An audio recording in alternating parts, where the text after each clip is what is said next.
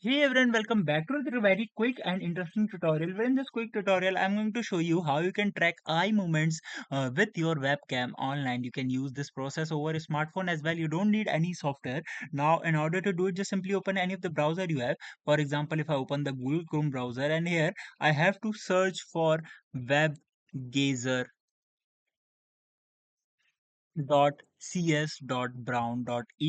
Just simply hit enter for this site and wait for it to respond. Here scroll down until you're gonna find a lot of code for the same. Scroll down until you find this option which says uh, calibration on empty page.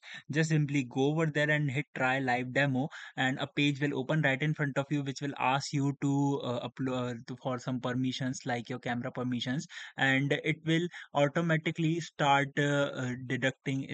tracking your eye movements. Alright, so that's it for this video. I hope this video will be helpful for you. Make sure to hit the like button and subscribe button for more such helpful and interesting tutorials. See you in the next one. Take care.